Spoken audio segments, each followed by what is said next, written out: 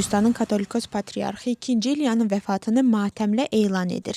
Ölkə səhərdən etibarən baş sağlığı məktubları qəbul edir. 2-ci İlya dünən gecə 93 yaşında vəfat edib. Patriarxın xatirəsi və matəm günü ilə əlaqədar bütün inzibati binalarda dövlət bayraqları endirilib. O cümlədən Prezident Sarayı, hökumət administrasiyası və parlament binalarında. Bütün Gürcüstanın Katolikos Patriarxının vəfatı ilə bağlı başsağlığı mesajları yayılır. Bidzinə İvanişvili və həyat yoldaşı bildiriblər ki, ölkə böyük mənəvi dayağını, sülhün müdrikliyini və inancın simvolu olan bir ruhani lideri itirib.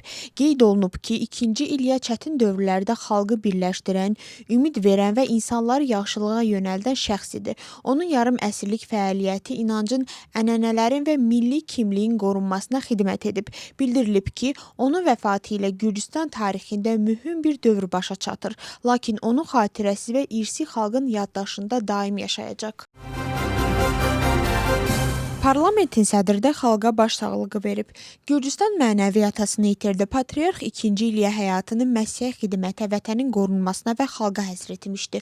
O yarım əsr ərzində 2000 illik Gürcü kilsəsinə rəhbərlik edib. Ateizm dövründən sonra inancı yenidən dirçəldib. Çətin anlarda xalq üçün təsəlli və dayaq olub. Onun irsi və sözləri xalqımızda yaşayacaq. Biz onun nəsliyik və inanıram ki, onun səmavi duaları ilə ölkəmiz yenə də xeyir dua alacaq deyə Papaşvilinin bəyanatında bildirilir.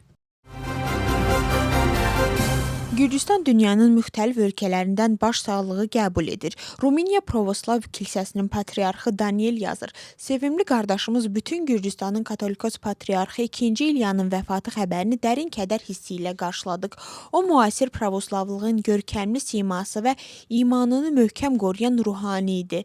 Həm çətinlik, həm də yenilənmə dövründə Gürcüstan kilsəsinə müdrikliklə rəhbərlik edib. Rumıniya Pravoslav Kilsəsi adından bütün Gürcü Pravoslav icmasına baş sağlığı veririk. Onun xatirəsi əbədi olsun. Gürcüstan Müsəlmanları İdarəsi bildirir. Gürcüstan Pravoslav Kilsəsinə və möminlərə bu ağır itki ilə bağlı baş sağlığı veririk. 2-ci İlyanın uzun illik fəaliyyəti dinlər arası hörmətin, sülhün və ictimai birliyin möhkəmlənməsində xüsusi əhəmiyyət daşıyırdı. ABŞ-ın Gürcüstandakı səfirliyi də baş sağlığı verib. Bütün Gürcüstanın Katolikos Patriarxı 2-ci İlyanın vəfatı bizi dərindən kədərləndirdi. Onun həyatı və böyük xidmətləri heç vaxt unudulmayacaq. Ruhu şad olsun.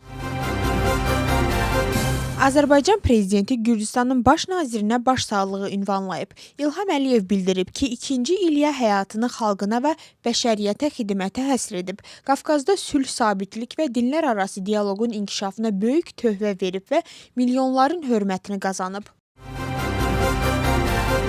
Türkiyənin Gürcüstandakı səfirliyi də baş sağlığı verib. Onun vəfatı böyük itkidir. O, uzun illər xalqın mənəvi lideri, sülh və birlik simvolu olub. Gürcü xalqına və kilsəsinə dərin hüzünlə baş sağlığı veririk. İranın səfiri sosial şəbəkədə yazıb, 2-ci İlyanın vəfatı xəbərini dərin kədərlə qarşıladım. O, müasir Gürcü kimliyinin formalaşmasında mühüm rol oynamış mənəvi lideridir. Onun adı tarixdə qalacaq. İsrailin Gürcüstandakı səfirliyi də baş sağlığı verib. O, milli birlik və mənəvi dirçəlişlə sıx bağı olan böyük ruhani lideridir. İsrail hökuməti və xalqı adından Gürcüstan xalqına və kilsəsinə səmimi baş sağlığı veririk.